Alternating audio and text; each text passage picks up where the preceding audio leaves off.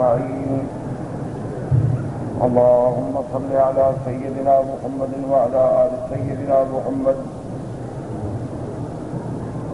كما صليت على إبراهيم وعلى آل إبراهيم في العالمين إنك حميد مجيد. أعوذ بالله من الشيطان الرجيم. بسم الله الرحمن الرحيم. والذين يرمون أزواجهم ولم يكن لهم شهداء إلا أنفسهم فشهادة أحدهم 4 شهادات بالله إنه لمن الصادقين. والخامسة أن لعنة الله عليه إن كان من الكاذبين. ويدروا عنها العذاب أن تشهد 4 شهادات بالله إنه لمن الكاذبين. والخامسة أن غضب الله عليها إن كان من الصادقين. ولولا فضل الله عليكم ورحمته وأن الله تواب حكيم. قال المؤلف المفسر رحمه الله تعالى أدام النفع بعلومه وعلومكم في الدارين آمين. إلى أن قال. وقال الإمام أحمد أيضا حدثنا أبو كامل قال حدثنا إبراهيم بن سعد حدثنا ابن شهاب عن سعد بن سعد قال جاء عويمر إلى عاصم بن عدي فقال له صلى رسول الله صلى الله عليه وسلم أرأيت رجلا وجد رجلا مع امرأته فقتله ويقتل به أم كيف يصنع؟ فسأل عاصم رسول الله صلى الله عليه وسلم فعاب رسول الله صلى الله عليه وسلم المسائل. قال فلقيه عويمر فقال ما صنعت؟ قال ما صنعت إنك لن تأتني بخير. سألت رسول الله صلى الله عليه وسلم فعاب المسائل. وقال عويمر والله لا أتين رسول الله صلى الله عليه وسلم فلأسألنه. فأتاه فوجده قد أنزل عليه فيها. قال فدعا بهما ولعن بينهما. اب مفسر رحمۃ اللہ علیہ ان آیات کی تفسیر بیان فرما رہے ہیں کہ اگر کسی بندے نے خدا نہ کرے اپنی بیوی کے ساتھ کسی کو گناہ میں مبتلا دیکھا ہے تو اب وہ غریب کیا کرے؟ اگر چپ کرے تب بھی بہت مصیبت ہے، اگر بات کرے تو 80 کوڑا کھائے، اگر بات نہ کرے تو پھر خاموش رہے، اور پھر آدمی کتنا بے ضمیر بے غیرت ہو کیسے برداشت کرے ایسی بیوی؟ گواہ لائے تو پھر کہاں سے لائے؟ اس مسائل میں لوگ پریشان تھے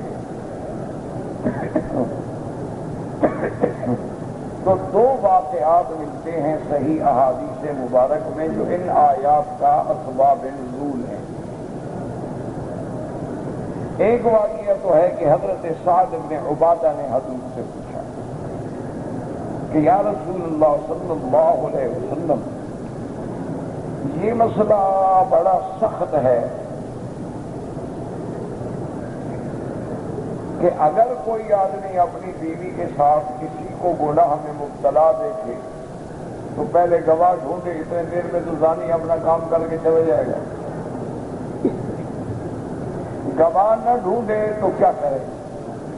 گواہوں کے بغیر بیوی پہ الزام لگائے تو 80 کوڑا کھائے کہ تہمت لگائی ہے تم نے، گواہ تمہارے پاس ہے نہیں۔ اگر خاموش ہو جائے تو کیسے خاموش؟ ایک واقعہ حضرت سعد بن عبادہ کا، اور دوسرا واقعہ جو ہے وہ عاصم بن عدی کا۔ خدا کی قدرت یہ ہے کہ سعد ابن عبادہ کے پوچھنے پر بھی حضور پاک کو یہ بات بڑی ناگوار گزری۔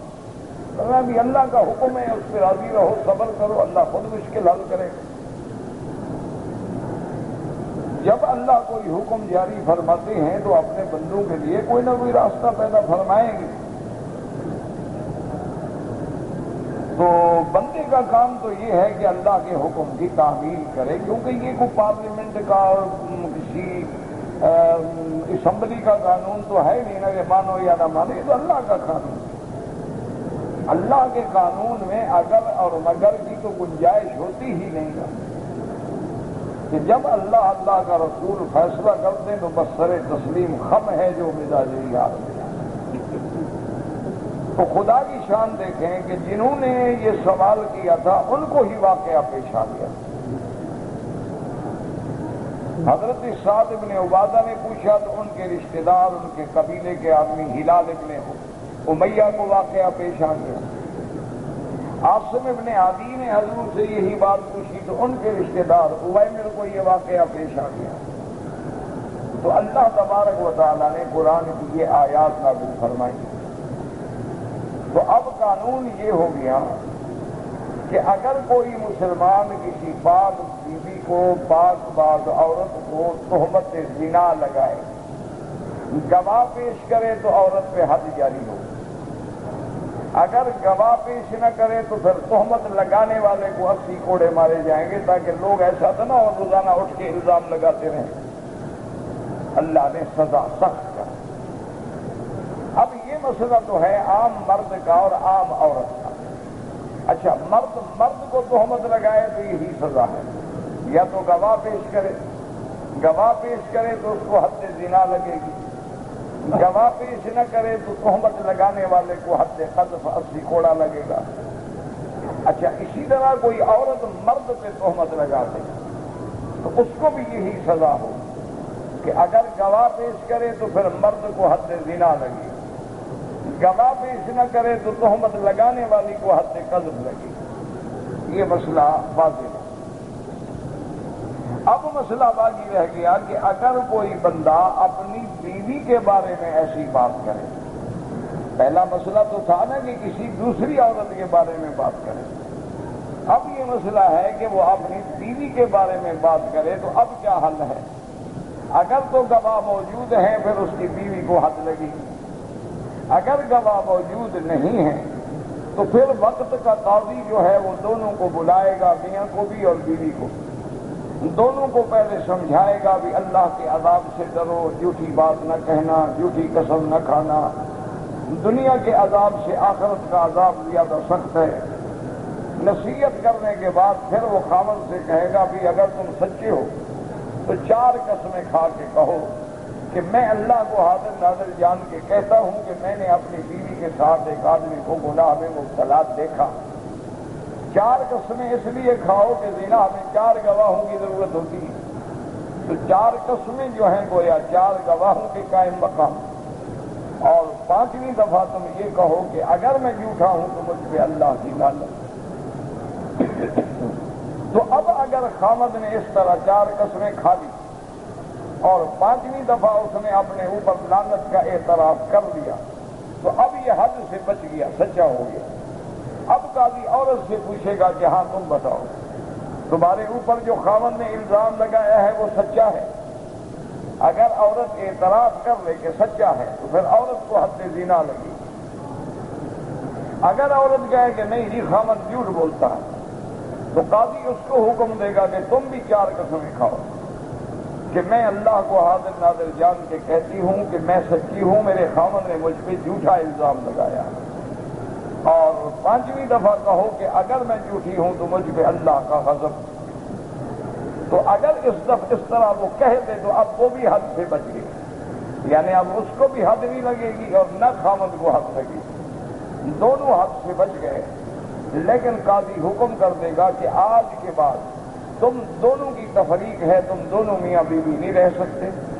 ایسی عورت جو ہے وہ اپنے خامد پر ہمیشہ کے لیے حرام ہو جائے گی کہ جب ملاعنہ ہو جائے، لعان ہو جائے، ایک دوسرے کے سامنے کھڑے ہو کے اللہ کی لعنت اور غضب طلب کرے تو اب میاں بیوی بن کے کیسے رہ سکتے؟ اس لیے اسلام نے حکم دیا کہ تفریق کر دو۔ ہاں قاضی یہ حکم کرے گا کہ تم اس کو 3 طلاق بھی دے دو، اگر وہ نہ مانے تو قاضی خود تفریق کر دے گا، اس کے طلاق دینے کی پھر ضرورت ہی نہیں ہوگی، اور یہ تحریم جو ہے مؤبدن ہوگی، ابدی ہوگی، یعنی یہ بیوی ہمیشہ کے لیے خامن سے حرام ہو گئی، کسی شکل میں بھی دوبارہ حلال نہیں ہوگی۔ تو اس کو کہتے ہیں لعان، اس کو کہتے ہیں ملاعنہ۔ تو اس طریقے سے اللہ تبارک و تعالی نے اپنے بندوں پہ رحم فرمایا کہ اتنی بڑی سخت بات سے ان کے نکلنے کا راستہ پیدا کر دیا، کیونکہ خامن کے لیے تو موت ہے، خاموش رہے موت ہے، گواہ بلانے جائے گواہ آنے سے پہلے معاملہ ہی ختم، اور گواہ نہ لے آئے تو 80 کوڑا کھائے۔ اس لیے اللہ نے راستہ دے دیا کہ تم 4 قسمیں کھا لو، بس اس والی قسم پہ اعتبار کیا جائے۔ امام احمد رحمت اللہ علیہ نے سہل بن سعد کے راستے سے روایت فرمائی ہے کہ اویمر جو ہے وہ آیا عاصم بن عدی کے پاس، اور اس نے کہا کہ حضور صلی اللہ علیہ وسلم سے آپ جا کے یہ مسئلہ پوچھیں کہ اگر کوئی بندہ اپنی بیوی کے ساتھ کسی گناہ میں کسی کو گناہ کرتے ہوئے دیکھے اور جوش میں آ کے اس زانی کو قتل کر دے، تو کیا یہ خاوند قتل کرنے والا جو ہے اس کو قتل کیا جائے گا یا قتل بھی کیا جائے گا بھی اس نے غیرت میں قتل کیا ہے؟ اور اگر اس کو قتل نہ کرے تو کیا کرے؟ یعنی اس کو کہے تم آرام سے فائدہ اٹھاؤ، میں گواہ بلانے جا رہا ہوں، کون ایسا بے وقوف ہے کہ بیٹھا رہے گا اور بھاگ جائے گا؟ تو اب حل کیا ہے کہ وہ کیا کرے؟ تو حضرت عاصم نے آ کر حضور صلی اللہ علیہ وسلم سے یہ پوچھا کہ یا رسول اللہ صلی اللہ علیہ وسلم، اگر کسی بندے نے اپنی بیوی کے ساتھ زانی کو زنا میں پایا، اگر وہ بیوی کو اور اس کو قتل کر دے تو کیا اس کو قتل کیا جائے گا؟ اگر خاموش رہے تو کیسے خاموش رہے، اور خاموش نہ رہے تو بیوی بھی اس کی زنا کرے اور کوڑے بھی یہ کھائے؟ تو یہ تو بڑا مشکل مسئلہ ہے، لیکن حضور کو اس کا سوال کرنا جو ہے ناگوار گزرا، حضور نے اچھا نہیں سمجھا۔ تو میں اللہ کا حکم ہے، بس انتظار کرو، اللہ کوئی بھی حکم جاری فرماتے ہیں تو اس میں کوئی نہ کوئی حکمت ہوتی ہے۔ بندے کو یہ حق نہیں پہنچتا مخلوق کو کہ اپنے خالق کے احکام پہ اعتراض کرے یا اپنے خالق کے احکام کے بارے میں بحث کرتی پھرے۔ کہتے ہیں کہ کچھ دن گزرنے کے بعد اویمر نے پھر پوچھا عاصم ابن عدی سے کہ بھی میں نے جو پوچھا تھا مسئلہ آپ نے پوچھا ہے حضور سے؟ انہوں نے کہا یار تم تو کبھی میرے لیے بھلائی لائے ہی نہیں، ایسا مسئلہ آپ نے میرے ذمہ لگایا کہ میں نے پوچھا، حضور ناراض ہو گئے۔ حضور صلی اللہ علیہ وسلم کو وہ مسئلہ جو ہے ناگوار گزرا اور آپ کو برا لگا، تو تم تو کبھی کوئی خیر کی بات اور بھلائی کی بات جو ہے وہ لاتے ہی نہیں ہو۔ اب اس کے بعد جو ہے ہم کیا کریں؟ اس کے بعد وہ کہتی ہیں کہ واللہ لآتی ان رسول اللہ صلی اللہ علیہ وسلم فلا اسألنہ۔ اویمر کہنے لگا کہ خدا کی قسم ہے کہ میں اللہ کے نبی کے پاس جا کے یہ مسئلہ خود پوچھوں گا۔ بہرحال چونکہ اس کے ساتھ تو یہ واقعہ پیش آ چکا تھا، وہ بیچارہ پریشان تھا۔ فأتاہ فوجدہ، جب حضرت آقا انعامدار رحمت دو عالم کی خدمت میں اویمر آئے تو حضور صلی اللہ علیہ وسلم پہ اللہ کا قرآن نازل ہو چکا تھا۔ آپ نے ان کو بھی، اویمر کو بھی، اس کی بیوی کو بھی بلایا اور دونوں کے درمیان میں آپ نے لعان کرا دیا، اور یہ بھی فرما دیا کہ دیکھو دنیا میں جھوٹ نہ بولو، جھوٹی قسم بھی نہ کھاؤ، اگر دنیا میں تمہیں تکلیف پہنچے تو دنیا کا عذاب آسان ہے لیکن آخرت کا عذاب بڑھ سکتے ہیں۔ اس کے بعد کہتے ہیں قال اویمر ان طلقت بها یا رسول اللہ لقد كذبت علیہا، قال مبارک فارقها قبل ان یامرہ رسول اللہ صلی اللہ علیہ وسلم وصار سنت البطلائین اب حضور صلی اللہ علیہ وسلم کو حضرت عمر نے کہا کہ یا رسول اللہ، اب جب ہمارے درمیان میں لیان ہو چکا ہے، ان انطلقت بہا، اگر میں اس بیوی کو گھر میں رکھوں تو اس کا مطلب تو یہ ہوا کہ میں نے بیوی پہ جھوٹ بولا تھا، تو اب اس کے بعد میں اس بیوی کو کیسے اپنے گھر میں رکھ سکتا ہوں؟ حضور صلی اللہ علیہ وسلم نے دونوں میں تفریق کا حکم دے دیا کہ تم دونوں جو ہے اب کبھی ایک دوسرے کے میاں بیوی نہیں بن سکتے۔ تو اب متلاعنین کے بارے میں یہی حکم ہو گیا کہ جب میاں اور بیوی کے درمیان میں لعان ہو جائے تو ان کے درمیان میں تفریق کر دی جائے گی، وہ ابدی حرام ہو گئی۔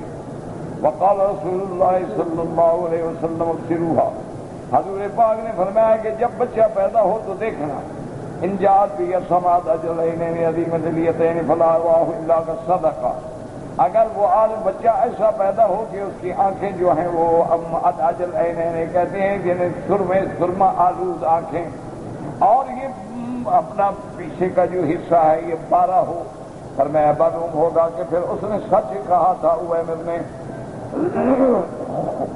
وَإِن جَاءَتْ بِهِ أُحَيْمِرٌ، اگر وہ سرخی مائل ہو كَأَنَّهُ بَحْرَةٌ فَلَا أُرَاهُ إِلَّا كَاذِبًا، پھر معلوم یہ ہوتا ہے کہ خامد نے تہمت غلط لگائی ہے۔ وَجَاءَتْ بِهِ عَلَى النَّاسِ الْمَكْرُوهُ، لیکن جب بچہ پیدا ہوا تو خدا کی قدرت ہے کہ وہ زانی کی شکل تھا۔ اخرجہ بالصحیحین وقیۃ الجماعۃ الترمذی رحمہ اللہ تعالی علیہ، ورواه البخاری ايضا من طرق عن الزهري به، وقال حدثنا سليمان بن داود بن الربيع قال حدثنا فليح عن الزهري عن سعد بن سعد رضي رسول الله صلى الله عليه وسلم قال يا رسول الله أرأيت رجلا رأى مع امرأته رجلا أيقتله فتقتلونه أم كيف يفعل، اور یہ بات بھی سمجھ لیں کہ اگر کوئی بندہ، کسی آدمی نے اپنی بیوی کے ساتھ کسی غیر مرد کو گناہ میں دیکھا اور قتل کر دیا تو دنیا میں تو قتل کی سزا قتل ملے گی، کیونکہ اللہ نے حکم نہیں دیا ہے کہ ہم قتل کر دیں، اللہ کا حکم ہے کہ لعان کر دو، اللہ کا حکم ہے چھوڑ دو، ہمیں قتل کرنے کی اجازت نہیں ہے کہ ہم کسی عورت کو قتل کر دیں یا کسی مرد کو قتل کر دیں، ان کو سزا دینے کا اختیار جو ہے وہ اللہ تبارک و تعالیٰ ہے۔ اچھا، کسی ملک کے اندر اسلامی قانون ہے ہی نہیں تو وہاں بھی یہی حل ہوگا کہ ایسی گندی عورت کو گھر میں نہ رکھے، لیکن سزا کے معاملے کو اللہ پہ چھوڑ۔ یہ جو ہمارے ہاں جاہلیت کی رسمیں ہیں کہ کاری کو بنا دیتے ہیں، کاروکاری میں عورتوں کو قتل کر دیتے ہیں، یا جس بندے پہ تہمت لگے اس کو قتل کر دیتے ہیں، تو اسلام کہتا ہے ایسے بندے کو قتل کرو، ورنہ اس طرح تو راستہ کھل جائے گا، جو بھی کہے گا اپنی بیوی پہ الزام لگایا اور بیوی کو قتل کر دی۔ بہرحال اگر کوئی آدمی واقعی سچا ہے، یعنی واقعتاً اس نے اپنی بیوی کے ساتھ کسی کو گناہ میں دیکھا ہے اور وہ برداشت نہیں کر سکا، غیرت مند آدمی تھا، غصے میں آیا قتل کر دیا، تو اسلام یہ کہتا ہے کہ دنیا میں تو اس کو قتل کی سزا ملے گی، لیکن آخرت میں اللہ قادر ہیں کہ غیرت کی وجہ سے اس کو معاف کر دیں، کیونکہ سب سے بڑے غیرت والے سیدنا محمد مصطفیٰ صلی اللہ علیہ وسلم، اور ان سے بڑے غیرت والی اللہ تعالیٰ کی ذات ہے۔ اسی لیے رحمت دو عالم سیدنا محمد الرسول اللہ محبوب دو عالم اپنے گھر میں بیٹھے تھے، ایک صحابی نے آواز دی، حضور کو بلایا۔ خدا کی قدرت یہ ہے کہ دروازے پر جو ٹاٹ پڑا ہوا تھا اس میں جھریاں تھیں، وہ اللہ کا بندہ سامنے کھڑا ہو گیا۔ حضور صلی اللہ علیہ وسلم اتنے غصے میں آئے، آپ نے فرمایا عجیب لوگ ہو، کسی کے دروازے پہ آتے ہو، آواز دے کے پھر سامنے کھڑے ہو جاتے ہو تاکہ ہم اس سوراخ سے اس کی بیوی کو دیکھ لیں۔ آپ نے فرمایا اللہ کی قسم ہے، اگر میرے ہاتھ میں نیزہ ہوتا تو میں تیری آنکھ نکال دیتا کہ تم سامنے کیوں کھڑے ہوئے۔ حالانکہ وہ صحابی ہے، وہ پاک ہے، اس کے دل و دماغ میں بھی یہ خیال نہیں آ سکتا۔ اس لیے شریعت تعلیم دیتی ہے کہ اگر کسی بندے کے گھر میں آپ جائیں، دروازہ بند ہے تو دروازے کو کھٹکھٹانے کے بعد ایک طرف کھڑے ہوں، بالکل سامنے نہ کھڑے ہوں تاکہ اگر دروازہ کھلے تو گھر میں سب کچھ نظر آ جائے۔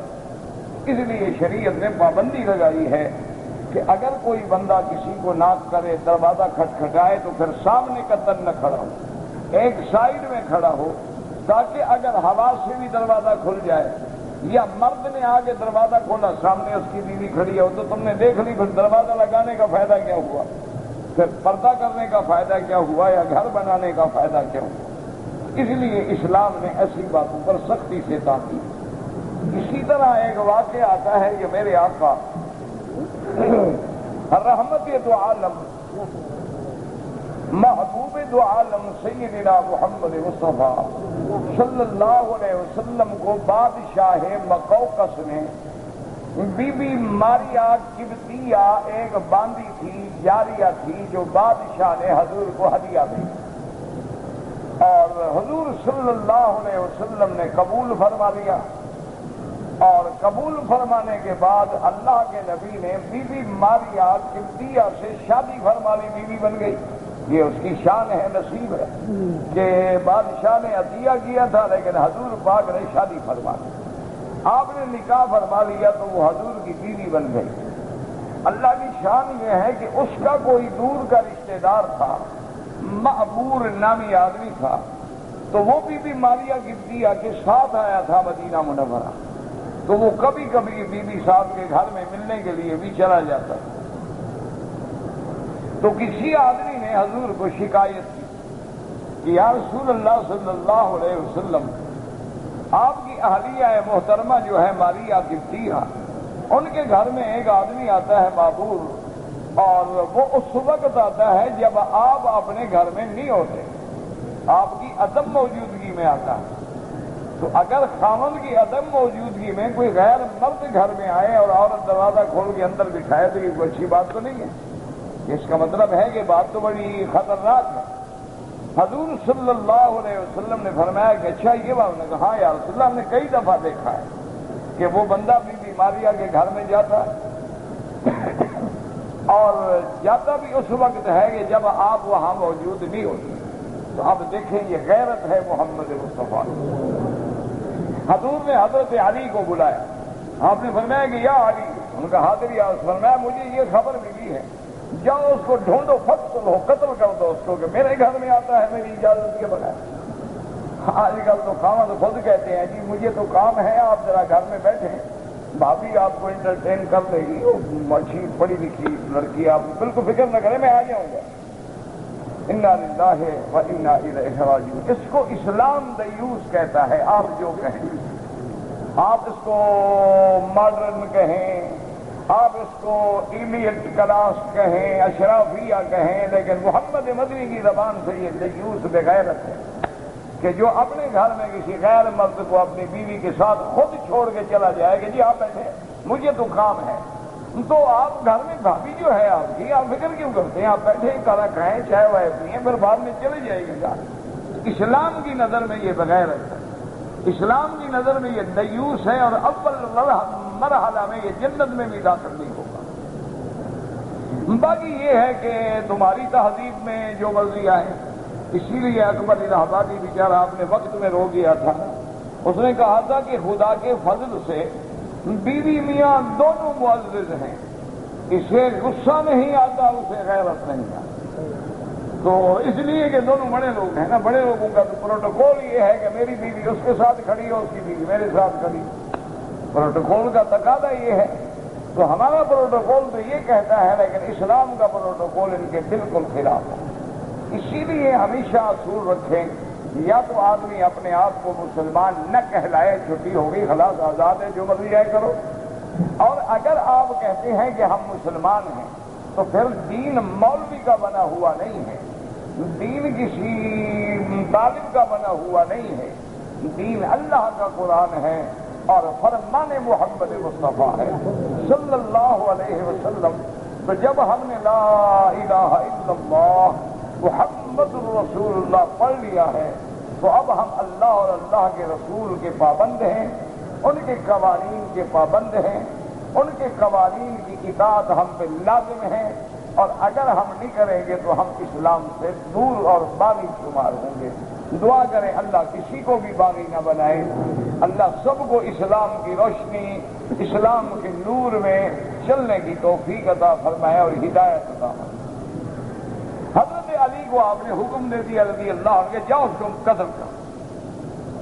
حضرت علی فرماتے ہیں کہ میں تلوار لے کے نکلا، میں نے لوگوں سے پوچھا تو انہوں نے کہا کہ فلاں انصاری کے باغ میں جاتا ہے، وہ وہاں بیٹھا رہتا ہے، پانی پیتا ہے، کھجوریں کھاتا ہے، وہی ہوگا۔ تو حضرت علی فرماتے ہیں کہ میں جب گیا تو وہ جو کنواں ہے نا، کنویں کی منڈیل پہ بیچارہ بیٹھا تھا۔ اچھا اس دور میں یہ دو کپڑے تو ہوتے نہیں تھے کہ نیچے پاجامہ ہو اور انڈر ویئر ہو اور اوپر قمیض ہو، وہ تو بس ایک چادر ہوتی تھی، ایک لمبا کرتا ہوتا تھا۔ تو حضرت علی رضی اللہ تعالیٰ عنہ فرماتے ہیں کہ جب میں سامنے گیا تو میں نے کہا یا عدو اللہ، اللہ کے دشمن تیار ہو جاؤ مرنے کے لیے۔ میں نے جو ایسے تلوار کی نا، وہ بیچارہ گرا نے الٹا گر گیا، ڈر کے مارے وہ تو ڈر گیا۔ حضرت علی رضی اللہ تعالیٰ عنہ جیسا بہادر آدمی ہو پر تلوار ہاتھ میں ہو اور للکارے بھی کہ مرنے کے لیے تیار ہو جاؤ، تو بڑے بڑے آدمی جو ہے ان کی ہوا نکل جائے گی، اس بیچارے کی کیا طاقت۔ وہ غریب ایسے گرا۔ حضرت علی فرماتے ہیں جب وہ گرا تو وہ تو ننگا ہو گیا۔ جب ننگا ہوا تو میں نے نظر ڈالی، اس بیچارے کا تو کوئی چیز ہے ہی نہیں، وہ تو ہے ہی خسرا، وہ تو مرد ہی نہیں ہے غریب، وہ تو بیچارہ ہی گرا ہے، خسرا ہے، خنسا مشکل ہے۔ تو میں نے کہا اچھا چلو چلو اٹھ جاؤ، بس بھاگ جاؤ۔ تو اس کو میں نے بھگا دیا، پھر میں واپس آ گیا۔ حضور صلی اللہ علیہ وسلم نے فرمایا کہ ماذا صنعت یا علی، حضور انتظار میں بیٹھے تھے کہ حضرت علی تم نے کیا کیا؟ میں نے کہا یا رسول اللہ واقعہ یہ ہے وہ بیچارہ تو مرد ہی نہیں ہے، وہ غریب تو ہے ہی کچھ نہیں، وہ تو خالی ہے، وہ تو خنسا مشکل ہے۔ آپ نے فرمایا احسنت علی، تم نے اچھا کیا، اگر بندے کو مار دیتے تو قیامت میں مجھ سے سوال، تم نے بہت اچھا کیا کہ اس کو قتل نہیں کیا۔ جس کا مطلب ہے کہ آنے والوں نے بلا وجہ تہمت لگائی تھی۔ تو پھر بی بی ماریا نے بھی کہا کہ یا رسول اللہ یہ ابتدا سے ہی ہمارے گھر میں آتا تھا اور یہ بیچارہ تو خنسا ہے، یہ تو مرد ہے ہی نہیں ابھی، تو یہ تو گناہ کر ہی نہیں سکتا، اللہ نے اس کو گناہ کرنے کی طاقت ہی نہیں دی، اس لیے میں نے بھی اس کو کبھی اپنے گھر سے منع نہیں کیا۔ اس لیے ابتدائی اسلام میں خسرے جو تھے نا وہ لوگوں کے گھر میں آتے تھے، جنہیں تم ہیجڑے ویجڑے کہتے ہیں، خوشی کے موقع پہ جو آتے ہیں نا، ہم پیسے مانگتے ہیں، ناچتے ہیں، یہ کرتے ہیں، وہ عربی میں اس کو خنسا مشکل بھی کہتے ہیں، خسرا بھی کہتے ہیں۔ یہ ابتدائی اسلام میں گھروں میں آتے تھے تو حضور نے منع نہیں فرمایا، لیکن اتفاق یہ ہوا کہ ایک دفعہ جب جنگ کا موقع آیا تو ایک خسرا جو تھا نا وہ ایک صحابی کے پاس آیا، کہنے لگا یار ہم دعا کر رہے ہیں اللہ کرے کہ مسلمانوں کے اس جنگ میں فتح ہو جائے، اگر اللہ تم لوگوں کو فتح دے نا تو فلاں آدمی کی بیوی ہے نا تم اس کو ضرور حاصل کرنا، وہ بڑی خوبصورت ہے، وہ تو ایسی ہے اور ایسا قد ہے اور ایسی باڈی ہے اور ایسی شکل ہے اور ایسا اس نے نقشہ کھینچا کہ پورا گویا کہ عورت سامنے کھڑی۔ حضور کو جب پتہ لگا تو میں آج کے بعد خبردار ان کو مت آنے دیا کرو گھر میں، یہ خود تو کچھ نہیں کر سکتے لیکن لوگوں کو تصویریں بنا کے تو دکھاتے رہتے ہیں۔ اس کے بعد حضور نے منع فرما دیا کہ ان کو گھر میں آنے مت دیا کرو، یہ غلط لوگ ہیں، یہ خود گناہ نہیں کر سکتے لیکن لوگوں کو گناہ کے لیے تیار کرتے ہیں، لوگوں کو گناہوں کے لیے اکساتے ہیں، تو اس لیے اسلام نے پابندی لگا دی۔ اسی لیے حکم ہے کہ اگر کوئی عورت ہے تو وہ اسلام کہتا ہے کہ عورت کے سامنے بھی بغیر کپڑوں کے غسل نہ کرے، کیونکہ وہ عورت ہے، لیکن جب اس کے بدن کو دیکھے گی تو جا کے دوسروں کو کہے گی کہ اس کا رنگ ایسا ہے اور باڈی ایسی ہے اور شکل ایسی ہے، تو اسلام اس کی بھی اجازت نہیں ہے۔ اسلام اتنا غیرت والا دین ہے، اتنے حیا والا دین ہے کہ اب اگر کسی عورت کے بچہ پیدا ہونے کا وقت ہے تو یہ موت و حیات کا وقت ہوتا ہے۔ بچہ پیدا ہونا کو مذاق نہیں ہوتی، یعنی یہ تخلیق کے مراحل سے عورت گزر رہی ہوتی ہے اور یہ موت و حیات کی کشمکش میں مبتلا ہوتی ہے۔ اسلام کہتے ہیں لیڈی ڈاکٹر کو بھی اجازت نہیں ہے کہ اس کو ننگا کر دے، سارے کپڑے کھول دے، صرف اتنا کپڑا ہٹائے جتنا اس کو ضرورت ہے، اس سے زیادہ کپڑا ہٹانے کی لیڈی ڈاکٹر کو بھی ضرورت نہیں، حالانکہ وہ عورت ہے اور مجبوری بھی ہے کہ ولادت ہو رہی ہے۔ یہ آج کل جو رواج ہے کہ کپڑے اتار دو اور نعوذ باللہ اور شوریاں پڑی ہوتی ہے، یہ تو بالکل گناہ ہے شریعت۔ کسی عورت کے بدن کو عورت کا دیکھنا جو ہے وہ بھی ناجائز۔ اسی طرح اسلام نے پابندی لگائی ہے کہ اگر تمہارے گھر کے قریب کوئی ہندو رہتے ہیں، اگر تمہارے گھر کے قریب کوئی مجوسی رہتے ہیں، سکھ رہتے ہیں، تو ان کی عورتوں کو بھی بغیر اس کے علیحدہ گھر میں نہ آنے دیا کرو، کیونکہ وہ کافرہ ہیں، لہذا وہ بھی اجنبی مرد کے حکم میں ہیں، کیونکہ وہ بھی تمہارے کبھی خیر خواہ نہیں ہو سکتے، وہ کچھ بھی نہ کر سکیں تو تیرے گھر میں کوئی نہ کوئی مصیبت ضرور پیدا کر دیں گے۔ اسلام تو ایک با حیا دین ہے، اسلام ایک با غیرت مذہب ہے، اسلام کے اندر عزت و عصمت کا تحفظ ہے، اسلام کے اندر جو ہے چادر اور چار دیواری کا بہت بڑا اعزاز ہے۔ یہ تو ہماری بدقسمتی ہے کہ چند ایک واقعات ہوتے ہیں، ورنہ ابھی جو کترینا کا طوفان آیا ہے جس میں ہزاروں آدمیوں کی لاشیں جو ہیں ابھی تک تو ملی ہی نہیں ہیں، اور ہزاروں لاشیں جو ہیں وہ پانی میں تیرتے تیرتے خدا جانے کہاں چلی گئی، اور لاکھوں مکانات جو ہیں وہ تباہ ہو گئے، اور لاکھوں لوگ جو ہیں وہ بے گھر اور بے در ہو گئے، اس حالت میں بھی وہاں جبر بالزنا ہوتا رہا، یعنی عذاب کے وقت میں بھی وہاں لوگوں نے معاف نہیں کیا، عصمت دری ہوتی رہی۔ اسی طرح جو آج کل سپر پاور کے ناز میں اپنے آپ کو چیمپئن سمجھتا ہے، وہاں ہر یعنی ایک منٹ میں ایک عورت کی بے عزتی ہوتی ہے جبرن، یعنی جو وہاں کی رپورٹ ہے وہ رپورٹ یہ بتاتی ہے کہ ایک منٹ میں ایک عورت کی عصمت لوٹی جاتی ہے، لیکن وہاں کوئی این جی اوز نہیں بولتی۔ مسلمانوں کی کوئی بات ہاتھ آ جائے تو طوفان بنا دیں گے تاکہ اسلام کو بدنام کیا جا سکے، مسلمانوں کو بدنام کیا جا سکے، ورنہ ان کے اپنے اعمال کا یہ عالم ہے کہ اگر بجلی بند ہو تو ڈاکے شروع ہو جاتے ہیں، طوفان آ جائے عصمت دری شروع ہو جاتی ہے۔ یہ مہذب معاشرے ہیں، اٹھا کر پھینک دو باہر گلی میں۔ نئی تہذیب کے انڈے ہیں گندے، اصل تہذیب جو ہے وہ تہذیب محمد مصطفیٰ ہے، اصل تہذیب جو ہے وہ تہذیب اسلام ہے، اصل تہذیب جو ہے وہ تہذیب قرآن ہے، کہ قرآن یہ حکم دیتا ہے، اندازہ کرو کہ اگر تمہاری کافروں سے جنگ ہو گئی اور اللہ نے تمہیں فتح دے دی ہے اور ان کا مال غنیمت ہے، ان کی عورتیں اور لڑکیاں جو ہیں وہ باقاعدہ مملوکہ ہیں، لونڈیاں ہیں، جاریہ ہیں، لیکن اسلام کہتا ہے خبردار اگر ان کی عورت کوئی حاملہ ہے تو تم اس سے جس مجاہد کے حصے میں آئے وہ جمع نہیں کر سکتا جب تک کہ وضع حمل نہ ہو جائے، تاکہ تم کسی دوسرے کے درخت کو پانی لگانے کی کوشش نہ کرو۔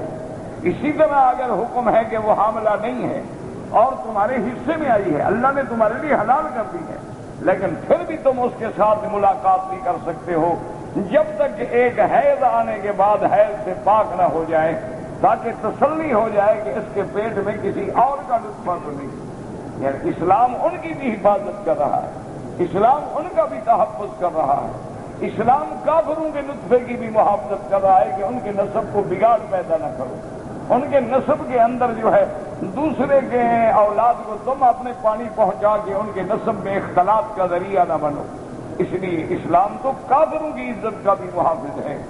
اسی لیے وہ واقعہ ہے نا کہ جب ایک بیٹی جنگ میں آ رہی تھی تو اس کے سر پہ دوپٹہ نہیں تھا، حضور صلی اللہ علیہ وسلم نے حکم دیا کہ اس بچی کے سر پہ کپڑا ڈالو، تو ایک صحابی نے عرض کیا کہ یا رسول اللہ یہ تو حاتم کی بیٹی ہے، کافر کی بیٹی ہے۔ آپ نے فرمایا کیا کہہ رہے ہو؟ کافر بیٹی ہوتی ہے، کافر کی ہو یا مسلمان کی، بیٹی ہوتی ہے کسی کی بھی بیٹی، ہمیں تو اس کی عزت کرنی ہے، چاہے وہ کافر کی بیٹی ہو چاہے وہ مسلمان کی بیٹی۔ اسی لیے اسلام نے اتنی نگہداشت رکھی ہے، اسی لیے اسلام نے پردے کا حکم دیا ہے، اسی لیے اسلام نے نکاح کا حکم دیا ہے، اسی لیے اسلام نے نکاح میں ولی کی شرط رکھی ہے، اسی لیے اسلام میں نکاح کے اندر خطبہ اور اعلان رکھا ہے، گواہ رکھے ہیں، تاکہ کوئی کسی کے خاندان پہ تہمت نہ لگا سکے، کوئی کسی کے نسب پہ تہمت نہ لگا سکے، کوئی کسی کے حسب پہ تہمت نہ لگا سکے۔ اسلام کا ہر حکم جو ہے وہ غیرت والا ہے، وہ حیا والا ہے۔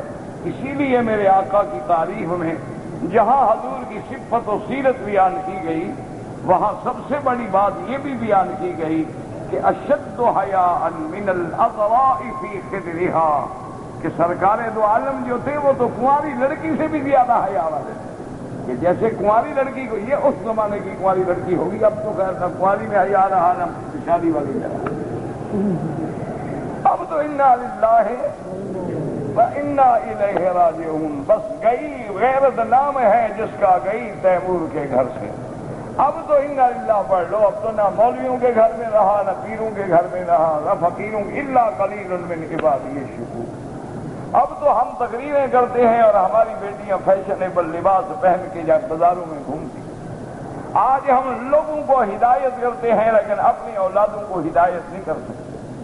آج ہم لوگوں کو دین سمجھاتے ہیں لیکن اپنے گھر والوں کو دین نہیں سمجھا سکتے۔ ایک مسافر کی طرح، ایک مظلوم کی طرح زندگی گزاری جاتی ہے، کیونکہ بگاڑ اتنا پیدا ہو گیا ہے کہ جب آپ ہدایت کی کوشش کریں گے تو وہ بغاوت پہ آمادہ ہو جائیں گے۔ وَلَا نَقُولُ إِلَّا لَا حَوْلَ وَلَا قُوَّةَ إِلَّا بِاللَّهِ الْعَلِيِّ الْعَظِيمِ إِنَّا لِلَّهِ وَإِنَّا إِلَيْهِ رَاجِعُونَ۔ ورنہ تو یہ بات ہے، آپ یقین فرمائیں، اب بھی ہمارے جو پرانے معاشرے ہیں نا جی، قبائلی معاشرے ہیں، جیسے بلوچ قبائل ہیں، کچھ خان قبائل ہیں، پشتون قبائل ہیں، اسی طرح پھر بلوچوں میں اور کئی شاخیں ہیں، اب بھی ان کے دیہات کے اندر یہ عالم ہے کہ اگر شادی بھی ہو جائے تو میاں بیوی جو ہیں یعنی اپنے ماں باپ کے سامنے بھی بے تکلفی سے بات نہیں کر سکتے کہ حیا کے خلاف ہے۔ یہ کیسے ہم بات کریں؟ ایک سردار تھا، وہ ہمارے اپنی قوم کا تھا، اس نے اپنی لڑکی کی شادی کر دی، ہو گئی تھی۔ اچھا، خدا کی قدرت یہ ہے کہ یہ خان صاحب جو تھے نا، یہ زمینوں پہ جا رہے تھے، ان کا داماد جو ہے، اس دور میں حمام تو گھر میں ہوتے نہیں تھے، لوگ بیچارے جاتے تھے باہر کنویں پہ جا کے نہا دیتے تھے، یا کسی مسجد میں چلے گئے یا کنویں پہ چلے گئے، تو اس کا داماد جو ہے وہ کنویں سے غسل کر کے کپڑے پہن کے، بڑے خوبصورت بال تھے، تو وہ ایسے بیچارہ بالوں کو چھٹکتا ہوا آ رہا تھا کہ بال خشک ہو جائیں، تو سامنے سسر آ گیا، اس نے جو دیکھا کہ میرا داماد ہے، وہ بندوق ہاتھ میں نہیں گولی مار، اس ساری برادری آئی، اس نے کہا کہ خان کیا ہو گیا؟ اس نے کہا یہ میری بیوی کے ساتھ، بیٹی کے ساتھ سو کے مجھے پھر غسل کر کے دکھاتا ہے بدبخت، ہم بے غیرت ہے، برداشت کریں۔ وہ اس کی بیوی ہے، خدا کے بندے، لیکن غیرت ہے، نہیں برداشت۔ اب جناب حالات ایسے ہوتے تھے کہ وہ پولیس تو وہاں کچھ کر نہیں سکتی، کیونکہ وہ قبائلی سسٹم ہوتا ہے، پولیس آ بھی جائے، انہوں نے کہا جی مدعی کوئی نہیں، پکڑو جس کو پکڑتے ہو، کیا کریں گے؟ اس لیے وہ پھر سمجھوتا کرتے ہیں سرداروں کے ساتھ کہ یار وقتی طور پہ تم مقدمہ درج کرا دو، ایک بندے کو جیل بھیج دو، پہلی پیشی میں گواہ پھر جائیں گے، چھوٹ کے گھر آ جائے گا، لیکن ہماری نوکری تو بچے نا، ہم FIR قتل کی کس کے ذمہ لگائیں، ورنہ وہ تو جو سردار کہہ دے گا کہہ دے گا۔ اچھا، یہ بھی ضروری نہیں کہ قاتل کو پکڑو، سردار جس کو کہہ دے، وہ فلانا ادھر آؤ، اور یار تم چلے جاؤ نا، کہہ دو میں نے قتل کیا، ہاں صحیح میں نے قتل، سردار نے جو کہہ دیا۔ یہ ہمارے اپنے قبیلے کی باتیں ہیں۔ انا للہ وانا الیہ راجعون ولا نقول الا لا حول ولا قوت الا باللہ۔ بے وقوف کیا ہے؟ ایک دفعہ مجھے یاد ہے، ہم ایک جلسے پہ گئے، وہاں بڑا جلسہ تھا، 7-8 علماء آئے ہوئے تھے۔ اچھا، خدا کی شان ہے کہ سب سے لیٹ میں پہنچا، میں دور تھا کہیں، تو میں لیٹ پہنچا، تو تقریباً وہاں مغرب کا یعنی جھٹ پٹا تھا، مغرب ہونے والی۔ بہرحال پہنچ گئے، مغرب کی نماز کا وقت ہو گیا، نماز پڑھی، مجھے کہیں سے کوئی سپیکر کی آواز کچھ نہ آئے، میں کہا پتہ نہیں یہ کیسا جلسہ ہے بھائی۔ تو بہرحال مغرب کے بعد جب بیٹھے تو مولوی صاحبان سارے دوست تھے ہمارے، سب کٹھے ہو کر گیا کیا ہوا، کیسے رہا جلسہ؟ انہوں نے کہا جی جلسہ کیا، یہ ساری بستیاں ہیں بلوچوں کی، وہ سارے جاہل ہیں، وہ کہتے ہیں کسی مولوی کی ہم تقریر نہیں سنتے، اس مولوی کی سنیں گے جو بلوچ ہیں، تم چونکہ بلوچ نہیں ہو لہٰذا تقریر مت کرو ورنہ ہم گولی مار دیں۔ انہوں نے کہا جی سارا دن گزر گیا ہے، سپیکر بند ہیں، لوگ آگے چلے گئے، ہم بیٹھے ہوئے، یہ تمہاری قوم ہے۔ انا للہ، یہ جہالت۔ اچھا، ان کو بلایا خان صاحبان کو، یار کیا ہو گیا؟ انہوں نے کہا دیکھو نا جی، کوئی مولوی پتہ نہیں کہاں سے ہے، کوئی کہاں سے ہے، پتہ نہیں کس قوم سے ہے، پھر تقریریں کریں، پھر ہماری بیٹیوں پہ بیویوں پہ باتیں کریں، دیکھو نا جی غیرت ہماری نہیں برداشت کرتی۔ کوئی بلوچ آپ تقریر کریں، آپ ہمیں گالی بھی دیں ہم سنیں گے، آپ ہمارے بھائی ہیں نا، ان کی بات ہم نہیں سن سکتے۔ اور ساری رات مجھے جناب ان بلوچوں کو سمجھانے میں لگی، میں نے کہا میں بھی تقریر نہیں کرتا، جب علماء کی آپ نے توہین کی تو میں کیسے تقریر کر سکتا ہوں؟ میں بھی اپنی برادری کے ساتھ، میری برادری تو مولوی ہے، تم تھوڑی ہو۔ تو نکلتے ہم جاتے ہو کہ جی آپ تقریر نہ کریں، اچھے چلے جائیں تو ہمارا تو ناک کٹ گیا۔ تو میں نے کہا میں تقریر کروں اور میرے بھائی مولوی نہ کرے تو میرا ناک کٹ گیا، پھر میرے ناک کا بھی تو فکر کرو نا۔ تو ساری رات ان کو سمجھانے میں لگی اور دوسرے دن ہم نے جلسہ کیا اور مولویوں کو بھی میں نے سمجھا، یار میں نے کہا کوئی عورت شورت کی بات نہ کرنا، باقی دین کو تھوڑا تو نہیں ہے، یہ بے وقوف قوم ہے، ان کو ایک دن میں کون سمجھا سکتا؟ تو یہ حالات ہیں، انا للہ۔ وجہ کیا ہے کہ غیرت تھی، اب تو حضرت غیرت کا سوال ہی نہیں، جنازہ ہی اٹھ گیا۔ اب تو غیرت جو ہے نا اس کو جنازہ پڑھ کے زمین کے نیچے دفنا دیا گیا ہے، اس کے زندہ ہو کے دوبارہ آنے کی امید ہی کوئی نہیں ہے۔ انا للہ و انا الیہ راجعون۔ کسی 5 اسٹار ہوٹل میں چلے جائیں، کسی کلب میں چلے جائیں، کسی آپ بیوٹی پارلر میں چلے جائیں، کسی آپ بیچ کے کنارے پہ چلے جائیں اور وہاں جا کے اپنی بیٹیوں کی تہذیب دیکھیں۔ یعنی اگر کوئی غیرت والا آدمی ہو نا، اتنے بڑے سمندر میں بھی نہیں ڈوب مرتے، حالانکہ پہلے لوگ تو تھے تھوڑے پانی میں بھی ڈوب مرتے تھے، لیکن اتنا بڑا سمندر سامنے ہوتا ہے غیرت نہیں آتی۔ اچھا نوجوان بھائی ہیں، بہنیں ساتھ ہیں، اور بھائی جناب ہنس رہے ہیں، کھیل رہے ہیں اور بہنوں کے ساتھ چھیڑ خانی کر رہے ہیں۔ انا للہ و انا الیہ راجعون۔ انہی مردوں پہ اور عورتوں پہ اللہ کے نبی نے لعنت بھیجی ہے، باقی تم جانو تمہارا کام جانو۔ حضور پاک نے فرمایا کہ یہ ملعون ہے، ان پہ لعنت ہے اللہ۔ باقی تم جانو تمہارا کام۔ پہلے کون سی مولویوں کی مان لی ہے تم نے کہ اب مانو گے؟ لیکن ایک وقت یاد رکھو، ایک دن ایسا آتا ہے جب ماننا پڑتا ہے، جب جبریل آئے گا نا اسرائیل حروف کھینچنے کے لیے، اس وقت کہیں گے ہاں یار مولوی ٹھیک ہے، ہائے کاش ہم نے بات، لیکن فائدہ کچھ بھی نہیں ہوگا۔ تو اس لیے اللہ پاک کے نبی نے فرمایا کہ ایسا سوال نہ کیا کرو، اگر ایسا سوال کرو گے تو پھر تمہارے لیے مسائل پیدا ہوں۔ اللہ سے دعا کریں آپ میرے لیے، میں آپ کے لیے، کہ اللہ ہم سب کی بیماریاں دور فرما دے۔ اللہم اشفنا واشف مرضانا ومرضى من اوصانا واستوصانا ومرضى المسلمين۔ اللہم انا نعوذ بک عن البرص والجذام وعن سیئ الاسقام۔ اور دعا کریں اللہ عالم اسلام کی حفاظت فرما، اللہ مسلمانوں کی جان مال آبرو عزت کی حفاظت فرما۔ اللہ اکبر۔ بس دعا کیا کرو، مسافر ہو، اللہ کے مہمان ہو، اللہ کے دروازے پہ آئے ہو تو اللہ اپنے مہمانوں کو رسوا نہیں کرتے، وہ جو دل سے مانگے مل جاتا ہے، لیکن مانگنے والے تو بنو نا۔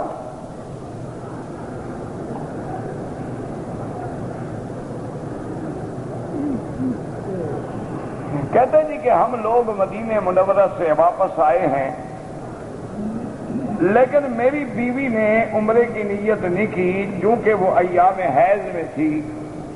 میرا بھائی اگر یہ مسئلہ آپ مدینہ منورہ پوچھ لیتے یا پاکستان میں پوچھ لیتے تو آپ کو تکلیف نہ ہوتی۔ مسئلہ یہ ہے کہ عورت اگر حیض میں بھی ہو تو نیت احرام کر سکتی ہے، غسل کرے، لبیک پڑھے، آ جائے، گھر میں بیٹھی رہے، جب پاک ہو برا پورا کرے۔ اب اس کا حل یہ ہے، یا تو بیوی کو لے کے فوراً واپس مدینہ شریف لوٹ جاؤ، وہاں سے احرام باندھ کے عمرہ کرا دو، پھر کوئی دم نہیں، اور فائدہ بھی ہوگا، اس کا عمرہ ہو جائے گا، تیرا عمرہ ہو جائے گا، دم سے بچ جاؤ گے، اور کرایہ جو ہے آنے جانے کا 60 ریال فی آدمی لگے گا، اور اگر دم دینی پڑی تو 300 ریال کا تمہیں بکری دینی پڑے گی۔ اس سے بہتر ہے کہ مدینہ شریف چلے جائیں، دوبارہ زیارت بھی ہو جائے گی، عمرہ بھی ہو جائے گا اور دم سے بھی بچ جاؤ گے۔ مسجد عائشہ سے اگر عمرہ کرو گے لیکن دم دینی پڑے گی، کیونکہ مسجد عائشہ میقات نہیں۔ عمرہ کرنے کی نیت یہی کہ جو میں نے چھوڑا ہے اس کا قضا کر رہی۔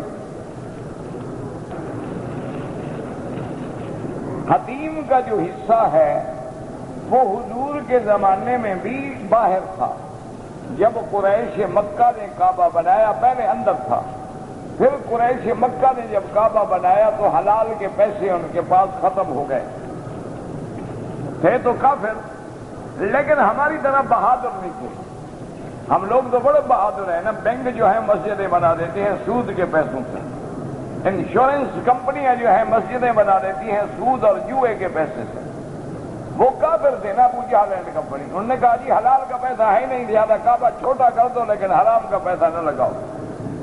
اگر عمارت بڑی ہوگی تو خرچہ بڑا ہوتا تھا، تو لہذا عمارت کو مختصر کر دیا گیا. اور یہ جگہ جو تھی کعبے کے باہر، حضور کی تمنا تھی کہ اس کو دوبارہ اندر کیا جائے. پھر عبداللہ ابن زبیر کو جب اقتدار ملا تو انہوں نے اس کو اندر کیا اور 2 دروازے رکھے. لیکن خدا کی شان ہے کہ ان کی پھانسی چڑھ جانے کے بعد حجاج ابن یوسف کا دور آیا تو حجاج ابن یوسف نے دوبارہ قریش کی عمارت کو بحال کر دیا. اور اللہ کو یہی منظور ہوگا کہ بھی یہ حصہ باہر رہے، کیونکہ بادشاہوں کے لیے تو کعبہ کبھی کبھی کھلتا ہے نا، ہم فقیروں کے لیے ہر وقت کھلا ہوا ہے، جب چاہو اندر جا کے نماز پڑھ لو. نماز کی حالت میں یا طواف کی حالت میں نظر جو ہے نیچے ہو، نظر نماز میں سجدے کی جگہ پر ہو اور طواف کرتے ہوئے نظر پر قدم ہو تاکہ کسی غیر محرم پہ بھی نظر نہ پڑے. اور بندگی اور تذلل اور عاجزی بھی اسی کا نام ہے کہ آدمی سر اٹھا کے نہیں چلتا بلکہ جھکا کے چلتا ہے.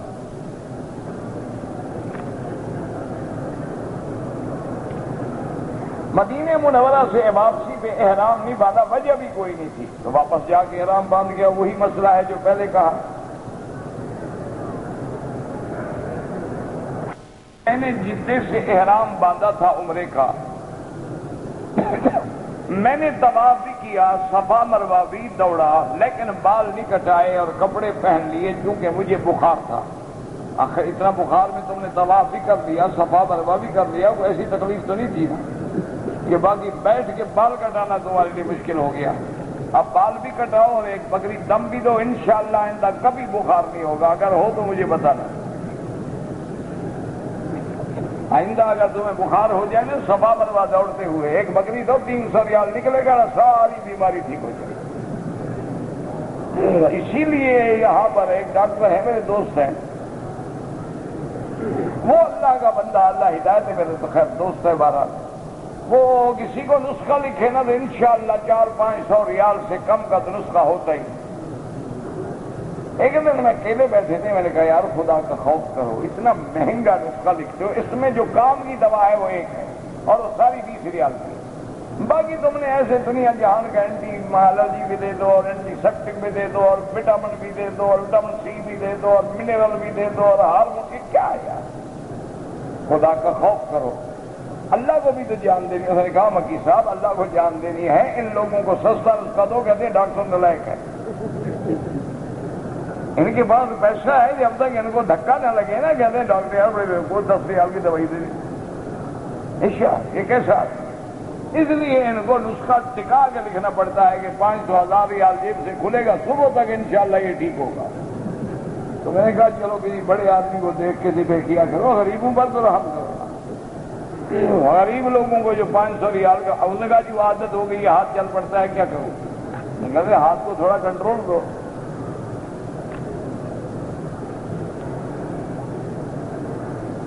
کہتے جی کہ ہمارے ملک میں ٹی وی پر جو نعتیں پڑھتے ہیں عورت اور مرد، اور ان کے جج جو ہیں وہ بڑے بڑے عالم ہوتے ہیں. ایک عالم کا نام تو لکھو نا، میں تمہیں بتاؤں وہ عالم ہے یا جاہل ہے.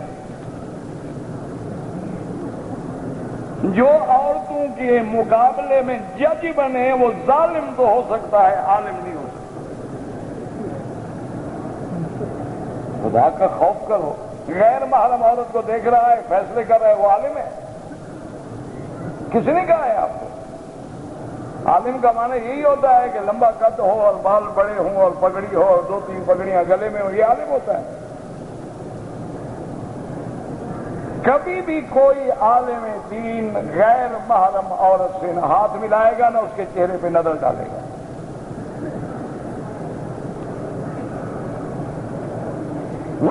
حمل میں ہو تو خاوند کب تک اپنی بیوی سے ہم بستری کر سکتا ہے؟ ہر وقت کر سکتا ہے۔ اگر ڈاکٹروں نے منع نہیں کیا، اسلام منع نہیں کرتا، اگر اس میں کوئی نقص ہے تو منع کر دیں، الگ بات، اسلام میں کوئی منع نہیں۔ ناف بندی کا کوئی حکم نہیں، یہ تو لوگوں نے بنائی ہوئی ہے۔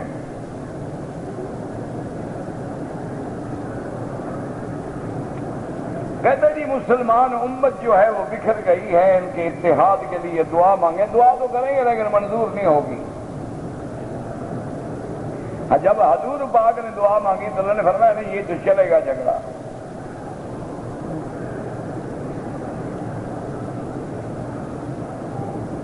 ایک آدمی نے مجھے کہا دیوبندی وہاں بھی ایسے کہا، تو چھوڑو اب یہ کوئی مسئلہ ہے، کہا تو خدا کو جواب دے گا۔ کسی صحابی نے بھی بی بی عائشہ کی مسجد سے احرام باندھا، تو بی بی عائشہ کم ہے یا نہیں؟ پہلے یہ بتاؤ بی بی عائشہ صحابیہ ہیں کہ نہیں؟ تو ان کا احرام باندھنا اپنے منشے سے تھا یا حکم خدا سے تھا؟ اگر حکم خدا سے تھا تو کیا حضور نے یہ بھی فرمایا تھا صرف تمہارے لیے حکم ہے پھر اور کوئی نہ کرے؟ اگر یہ فرمایا تھا حدیث و آمنا ہمارے آنکھوں پر، اور پھر حضرت عبداللہ ابن عمر نے فرمایا، اس کے بارے میں کیا خیال ہے؟ عبداللہ ابن زبیر نے بھی عمرے کی، ان کے بارے میں کیا خیال ہے؟ اگر میں طواف کر کے ان کا ثواب دعا کروں کسی کے، انشاءاللہ اللہ قادر ہیں ان کو ثواب دے دیں۔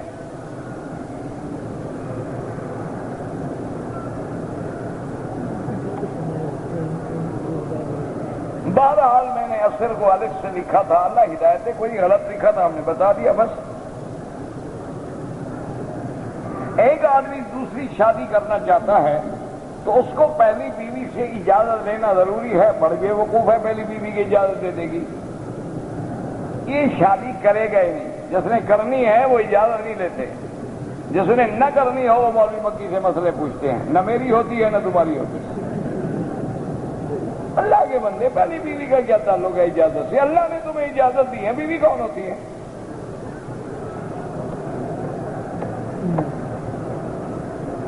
میرے والدین نے میرا عقیقہ نہیں کیا، کیا ہو گیا؟ اور کون سی تم نے ساری سنتیں پوری کر لی ہیں کہ ایک سنت رہ گئی؟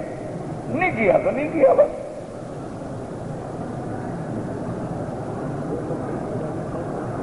بعض لوگ آپ کے خلاف باتیں کرتے ہیں، اللہ ہدایت دے۔ میں ہمیشہ آپ کی صحت کے لیے دعا کرتا ہوں، اللہ آپ کو خوش رکھے، جزاکم اللہ خیر الجزا۔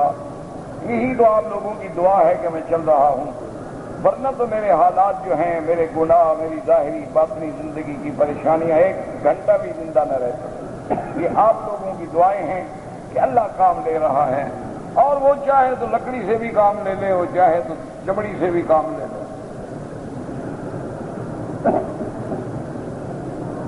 کہتے جی کہ مدینہ منورہ میں عورتوں کے لیے بہت اچھا انتظام ہے، اگر مکے میں بھی ایسے باپردہ انتظام ہو جائے۔ مدینے میں طواف نہیں ہوتا نا جی، اگر مدینے میں طواف ہوتا پھر دیکھتے کیسے انتظام ہوتا ہے۔ یہاں آپ عورتوں کو طواف نہ کریں تو اہتمام ہے، عورتوں کی جگہ الگ ہے، وہاں بیٹھے رہیں۔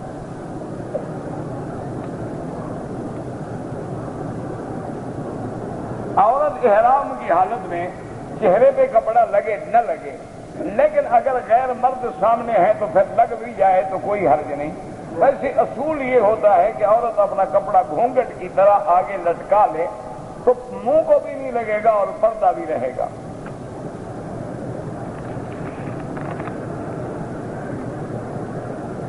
ایک نماز پڑھو گے تو 1 لاکھ، ایک نماز کا معنی 4 رکعت ہے، تو ہر رکعت پر 1 لاکھ کا ثواب ملے گا۔ حالت نماز میں نیچے دیکھیں، میرے لیے صحت، میں ماشاءاللہ کھاتا پیتا بھی ہوں لیکن صحت نہیں بڑھتی ہے، آپ چیک اپ کرائیں، کوئی نہ کوئی نقص ضرور ہوتا ہے۔ علاج بھی کریں اور دعا بھی کریں، اسباب پہ بھی عمل کریں اور اس کے بعد دعا بھی کریں۔ آپ کسی اچھے فزیشین سے اپنا پورا چیک اپ کرائیں۔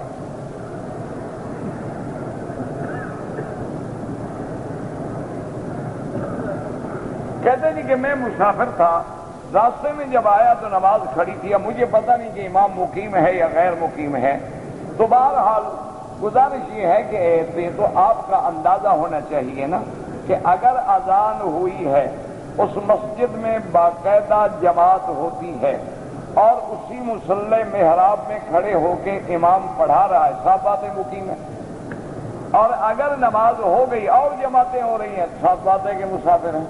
یہ تو تمہیں خیال کرنا چاہیے تھا نا۔ بہرحال جو کچھ تم نے پڑھ لیا اللہ قبول فرمائے۔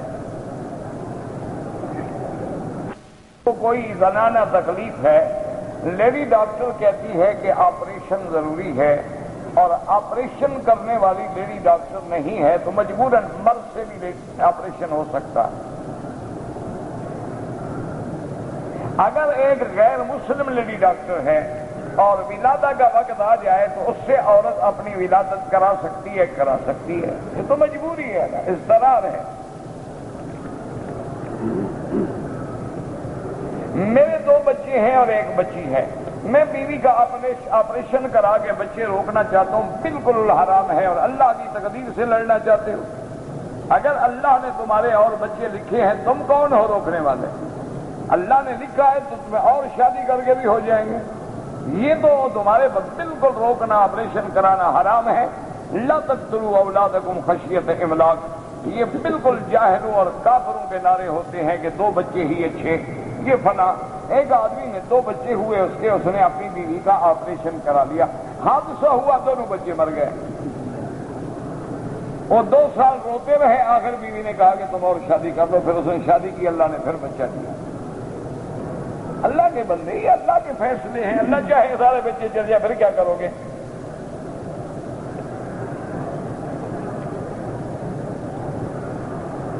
ایک آدمی 1 لاکھ ریال زیادہ لے کے بھاگ گیا ہے، پریشان ہوں، اللہ سے دعا کرو اللہ مدد کرے۔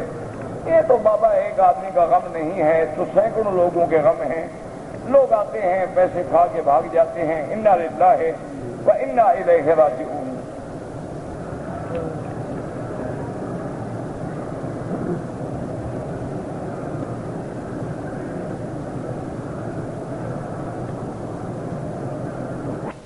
جی کہ ہم انڈیا سے آئے ہیں، سعودیہ میں کام کرتے ہیں، 3-4 مہینے کے بعد ایک تنخواہ دیتی ہے، اس سے زیادہ مکان کا کرایہ اور کھانے پہ خرچ ہو جاتا ہے۔ آپ جا کے درخواست دیں، مکتب العمل العمال میں جا کے اپنی ایمبیسی کے واسطے سے درخواست دیں۔ سسر نعوذ باللہ اپنی بہو سے زنا کرے، انا للہ، تو بیٹے کی نکاح بھی ختم ہو گیا۔ اگر میرا حق نہیں ملتا، مجھے حق لینے کے لیے مجبوراً افسر ظالم ہے، لانتی ہے، راشی ہے، رشوت کے بغیر کام نہیں کرتا، تو آپ اگر دیں گے تو آپ پہ گناہ نہیں ہوگا، لینے والے پہ گناہ ہوگا۔ والد اگر زندہ ہے، اپنی جائیداد زندگی میں تقسیم کرنا چاہے، بیویاں تو فوت ہو گئی ہیں، تو بہرحال وہ اپنا لکھ کے اب جو اس کے عزیز ہیں، والد ہیں، والدہ ہیں، بھائی ہیں، بیٹیاں ہیں، مدرسے میں جا کے کسی بھی وراثت کے عالم سے میراث کا فتویٰ لے لے، اس کے مطابق تقسیم کرے۔ لیکن ایک بات یاد رکھو، مرنے تک اپنے نام بھی جائیداد رکھنا۔ اگر مرنے سے پہلے آپ نے زندگی میں ساری اولاد کو دے دی تو انشاءاللہ آپ 4تھے دن گھر سے باہر ہوں گے۔ یہ اس وقت تک اولاد کھڑی ہے جب تک زمین تمہارے نام ہے۔ جس دن زمین ان کے نام ہو گئی نا، انشاءاللہ تمہیں چھٹی۔ اچھا، یورپ میں تو اولڈ ہاؤس ہوتے ہیں، یہاں تو وہ بھی نہیں، کہاں مرو گے؟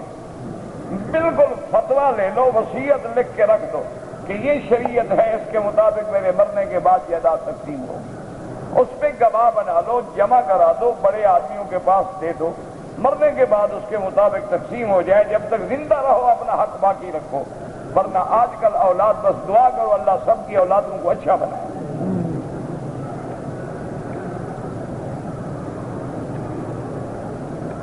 حضور کے نام میں جو ہے اول آخر نام نہیں ہے، حضور کا نام ہے انا احمد وانا محمد وانا الماہی وانا الحاشر وانا العاقب۔ یہ تو آپ نے فرمایا کہ یعنی پہلے اللہ نے میری نبوت کا فیصلہ کیا، بھیجا مجھے آخر میں، جیسے فرمایا نحن الاولون ونحن الاخرون، میری امت جو ہے وہ اول بھی ہے آخر بھی ہے۔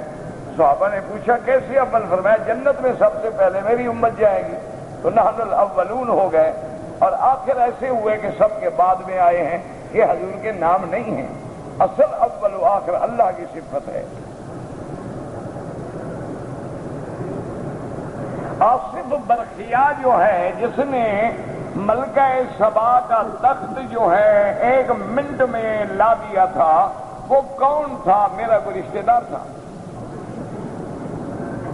نہ، میرا عزیز تھا، رشتہ دار تھا، مجھے ملتا تھا۔ کتابوں میں لکھا ہوا ہے آصف برقیہ اللہ کا ایک بندہ تھا، بات ختم ہو گئی۔ یہ اس کو ڈھونڈنے جائے گا۔ اچھا مولانا بشیر اختر صاحب بہت اللہ مغفرت فرمائے، اللہ مغفر ورحمہ وتجاوز عنہ۔ یہ ہمارے بہت پرانے ساتھی تعلق کا ہمارے علاقے سے تھے، اللہ ان کی مغفرت فرما، اللہ مغفر ورحمہ وتجاوز عنہ۔ اللہ ان کے پسماندگان کو صبر جمیل عطا فرما، اور ان کی قبروں کو باغ جنت